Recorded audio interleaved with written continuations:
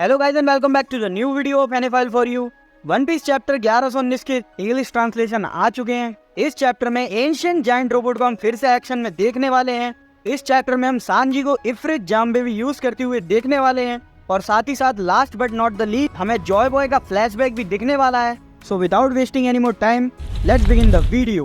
Previous one piece chapters की तरह ये चैप्टर भी काफी छोटा होने वाला है। ये चैप्टर ओनली 13 पेजेस का होने वाला है। चैप्टर के कवर पेज की बात करें तो चैप्टर के कवर पेज में फिर से हमें यामाटो देखने को मिलने वाली है। चैप्टर में हमें यामाटो देखने को मिलती है जो कि किबी की ओर ट्रैवल कर रही होती है। कवर पेज में हमें कुछ किड्स देखने को मिलते हैं जो कि यामाटो के हेड पर कुछ स्टोन्स फेंक रहे होते हैं। उनके ये करने का रीजन काइडो होता है क्योंकि वो काइडो को काफी हद तक हेट करते हैं। तो चैप्टर स्टार्ट होता है inside the egg head laboratory. आगे हम देखते हैं कि स्टूसी ने काकू को बबल से रिलीज कर दिया होता है। काकू के बबल में से रिलीज होने के बाद हम देखते हैं कि काकू स्टूसी से काफी एंग्री होता है क्योंकि उसने जो वर्ड्स एडिसन से बोले होते हैं उसकी वजह से काकू का दिमाग काफी हद तक अभी तक खराब होता है। आगे हम देखते हैं कि काकू स्टूसी से बोलता है कि इससे पहले लूची आए उससे पहले तुम यहाँ से निकल जाओ। ऑल तो लूची हमें इस चैप्टर में देखने को नहीं मिलता है। नेक्स्ट पैनल में हम स्टूसी और काकू को देखते हैं। स्टूसी काफी इमोशनल होती है वाइल हम काकू का फेस देखते हैं तो वो अपने टीयर्स को होल्ड कर रहा होता है। आगे हम देखते हैं एक बड़ा सा पैनल जिसमें लूफी और बोनी गियर 5 फॉर्म में होते हैं। इसके आगे हमें मरीन्स का रिएक्शन देखने को मिलता है जो कि लूफी के चेहरे को देखकर बोलते हैं ये तो वही चेहरा है जो कि हमने उसके बाउंटी पोस्टर में देखा था। अगले पैनल में हम जायंट्स को देखते हैं जो कि नीका नीका चिल्ला रहे होते हैं और लूफी को चीयर कर रहे होते हैं। अगले पैनल में हम एल्बाफ की जायंट शिप को देखते हैं। वहाँ पर मार्स भी होता है जो कि एल्बाफ की शिप की ओर बढ़ रहा होता है। आगे हमें मार्स का रिएक्शन देखने को मिलता है टू बोनी एंड लूफी दोनों ही गियर 5 फॉर्म में होते हैं। तो मार्स इनको देखकर बोलता है कि दो नीका इनमें से एक तो फेक होगा। मार्स यहाँ पर बोनी की ट्रांसफॉर्मेशन के बारे में बात कर रहा होता है। मार्स यहाँ पर दो नीकास को देखकर ये समझ जाता है कि बोनी ने अपनी एजेस फ्रूट की डेविल फ्रूट पावर्स को यूज कर ही नीका जैसा सिमिलर फेस बना लिया है। आगे हम देखते हैं लूफी को जो कि सभी लोगों को अवेयर कर रहा होता है गोरोसे से।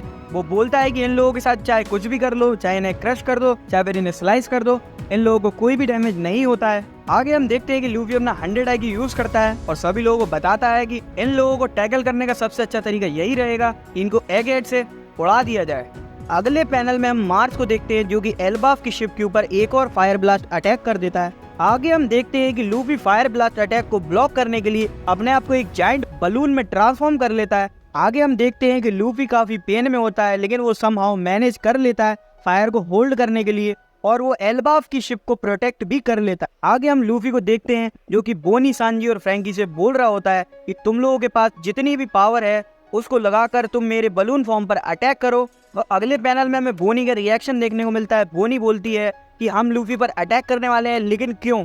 आगे हम जायंट्स में से एक जायंट को देखते हैं जो कि लूफी से बोल रहा होता है इस बर्ड गाय को मैं तुम्हारे ऊपर छोड़ता हूँ। और हम डोरी ब्रोगी को देखते हैं जो कि अदर जायंट्स को ऑर्डर भी कर रहे होते हैं और बोलते हैं कि डांस करना बंद करो, जल्दी से शिप से फायर को बाहर निकालो जिससे हम सेल कर सके। अगले पैनल में हम लूफी और मार्स को देखते हैं जो कि एक दूसरे के बिल्कुल आमने सामने होते हैं। हम लूफी को देखते हैं जो कि अभी भी अपने जायगेंटिक बलून फॉर्म में होता है और लूफी अपने आर्म्स को स्ट्रेच करता है और लूफी अपने दोनों आर्म से मार्स के दोनों विंग्स को पकड़ लेता है। ये वाला पैनल इस चैप्टर का सबसे क्रेजी पैनल है। इमेजिन करो अगर गोरो से अपने आप को रिकवर नहीं कर पाते लूफी गियर 5 फॉर्म में उनके साथ क्या क्या कर रहा होता।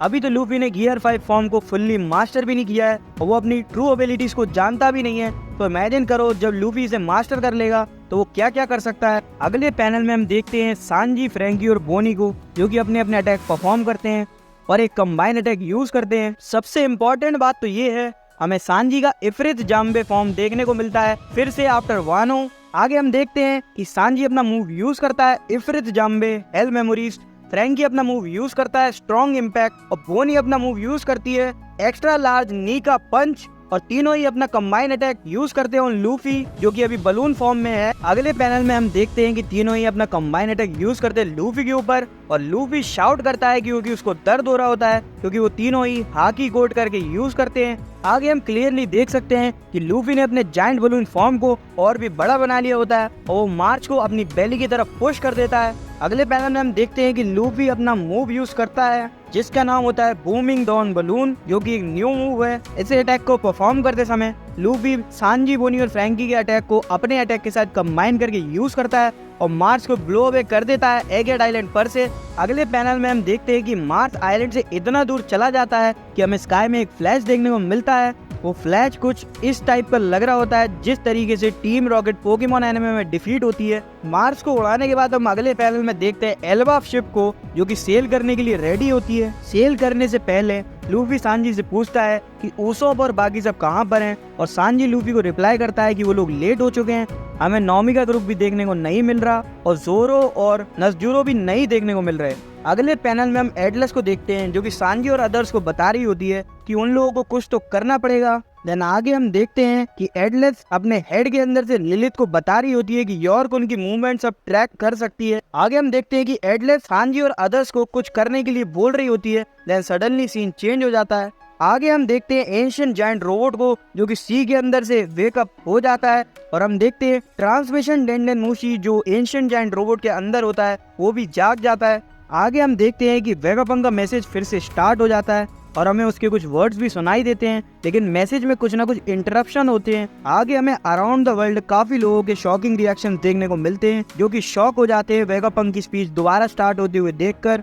आगे हमें होल किक आइलैंड का सीन देखने को मिलता है, जहाँ पर काटाकुरी, मस्काटो, ब्राउनी एंड जुकोटो होते हैं और वो सोच रहे होते हैं वेगापंक अब किस बारे में बताने वाला है। आगे हमें वीवी और मॉर्गन भी देखने को मिलते हैं, जो कि शॉक में होते हैं और वो बोलते हैं कि ट्रांसमिशन वापस चालू हो चुका है। एंड फाइनली हमें गाइमॉन और सरफंकल का रिएक्शन देखने को मिलता है टू वेगापंक मैसेज, बट वो लोग अवेयर नहीं होते वेगापंक के मैसेज के लिए, क्योंकि उन लोगों के पास डेंडन मूशी नहीं होता है। आगे हम देखते हैं कि वेगापंक अपनी स्पीच के बारे में बता रहा होता है और वेगापंक बोलता है जो थिंग इनहेरिटेड होती है उसको विल बोला जाता है। अगले पैनल में हम वापस एगेट आइलैंड को देखते हैं। आगे हम देखते हैं कि यॉर्क फाइव एल्डर्स को बता देती है कि जो ट्रांसमिशन डेंडन मूशी है वो स्पेशल सर्किट्स का यूज करता है for transmission and storage. York five Elder से बोलती है अगर तुम्हें ट्रांसमिशन परमानेंटली बंद करना है तो उसका सिर्फ एक ही रास्ता है, जायंट रोबोट को कम्प्लीटली डिस्ट्रॉय करना पड़ेगा। आगे के पैनल में हम देखते हैं कि लूफी सडनली कुछ नोटिस करता है। लूफी बोलता है क्या ये रेन है। आगे के पैनल में हमें एल्बाफ की शिप का सीन दिखाया जाता है, जहाँ पर कुछ लोग बोलते हैं क्या ये एक्सप्लोजन है। अगले पैनल में हम देखते हैं कि कुछ CP0 मेंबर्स और डिब्रिस स्काई से फॉल हो रहे होते हैं और वहाँ पर कुछ मेंबर्स भी होते हैं जो कि बोल रहे होते हैं उनको कैच करो वरना वो गिर जाएंगे। आगे के पैनल में हम देखते हैं लूफी और जुपिटर को। जुपिटर हमारा कीड़े वाला गोरो से वो साइफर पोल मेंबर्स को और सेराफिम्स को थूक देता है मरीन बैटल शिप्स के ऊपर। और आगे हम लूफी को देखते हैं जो कि जुपिटर को देख के बोलता है ये तो एक फाउंटेन की तरह लग रहा है। और साथ में हम डोरी को भी देख सकते हैं जो कि लूफी से बोल रहा है हमें जल्दी करना पड़ेगा, वो हमारे लिए ही आ रहे हैं। अगले पैनल में हम जुपिटर को देखते हैं जो कि एक एक करके सारी चीज़ों को शक करना चालू कर देता है और वहाँ पर काफ़ी पैनिक सिचुएशन क्रिएट हो जाती है। अगले पैनल में हम जुपिटर को देखते हैं जो कि सारी एल्बाफ शिप्स को शक कर रहा होता है और लूफी यहाँ पर देखकर बहुत गुस्से में होता है और वो सीधे जंप करके जुपिटर के मुंह के ऊपर एक पंच दे देता है। नेक्स्ट हमें कुछ रिएक्शंस देखने को मिलते हैं फ्रॉम डोरी एंड ब्रोगी जो कि लूफी को चीयर कर रहे होते हैं। आगे हमें वाइस एडमिरल डॉल का और मरीन्स का रिएक्शन देखने को मिलता है। वाइस एडमिरल डॉल बोलती है एक जाइंट वाइट मॉन्स्टर और साइफर पोल एजेंट्स। अगले पैनल में हम वर्कुरी को देखते हैं जो कि लूफी की ग्रुप की तरफ बढ़ रहा होता है। लूफी सभी मेंबर्स को अवेयर करता है ओवर वाले गोरोसे से बच के रहना। अगले पैनल में हम देखते हैं एल्बाफ की शिप को जिस पर जाइंट्स होते हैं और मार्स एल्बाफ की शिप की ओर बढ़ रहा होता है और उससे क्रैश करने वाला होता है। नेक्स्ट हम देखते हैं लूफी को जो कि सबको अवेयर कर रहा होता है और बताता है कि मार्स की हेड काफी टफ है। अगले पैनल में हम एल्बाफ की शिप को देखते हैं और मार्स उससे टकराने वाला होता है, इतने में सीन चेंज हो जाता है। अगले पैनल में हम देखते हैं बोनी को जो कि एग्जॉस्टेड होती है। बोनी ने पिछला जो मूव यूज किया था बोनी एकदम एग्जॉस्ट हो जाती है जस्ट लाइक लूफी, जैसा कि हमने पहले भी देखा है। बोनी सांजी से बात कर रही होती है, वो बोलती है कि मेरी फ्रीडम अब एग्जॉस्ट हो रही है। अगले पैनल में हमें लूफी और डोरी और ब्रोगी देखने को मिलते हैं। लूफी सडनली कुछ नोटिस करता है कि अंडर वाटर से कुछ ना कुछ बाहर आ रहा है। लूफी वहाँ पर देख रहा होता है और देखकर बोलता है ये तो वही रोबोट है जो कि जॉय बॉय की वॉइस को पहचानता है फ्रॉम द पास्ट। अगला पैनल इस चैप्टर का सबसे तगड़ा पैनल होने वाला है।